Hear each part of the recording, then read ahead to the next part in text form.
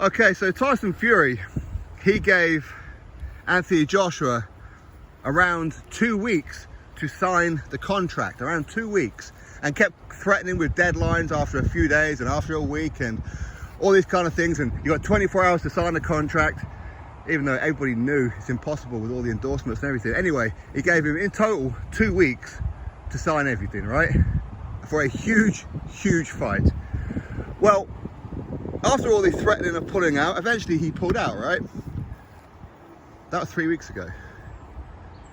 As of me recording this video at nearly 11 AM on a Monday morning, he still hasn't announced an opponent. So within these 3 weeks, he hasn't come out and threatened Derek Chisora or Manuel Charr or whoever it is that he's negotiating with deadlines. I'm going to pull out, sign the contract, you big stiff dosser, and all that kind of stuff. He hasn't done that. So basically, he's allowed whoever it is he's going to be fighting next longer to get everything done. Longer, without the threats, without anything. So he gave Anthony Joshua a total of around 2 weeks, but it's been 3 weeks now, and he still hasn't announced a new opponent. When you could argue that these 3 weeks could have been used to get the Anthony Joshua fight over the line, right? So what does that tell you? He never actually wanted the Anthony Joshua fight. He never wanted it. He didn't. Now people say, yeah, but he offered him 60-40, right? But never planned on going through with it because he knew that the commercial deals and the endorsements, the sponsorships, and all these kind of things that Anthony Joshua has, it's going to hold things up. Fury knew that. So what you do is you put in a very good offer, which is 60-40.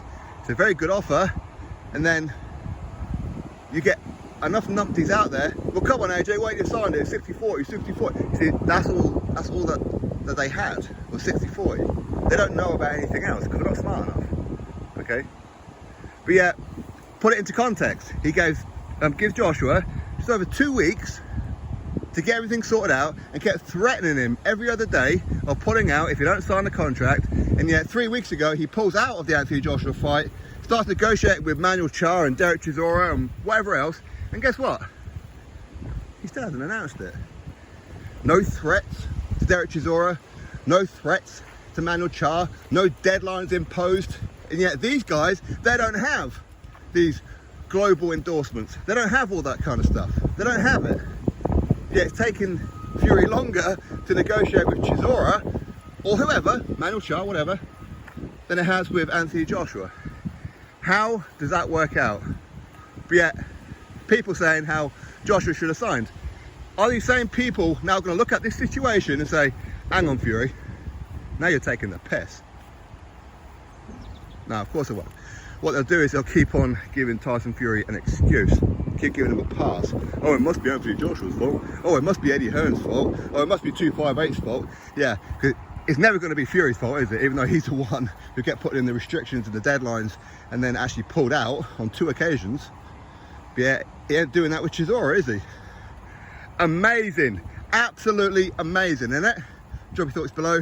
Click thumbs up, subscribe. Catch you next video.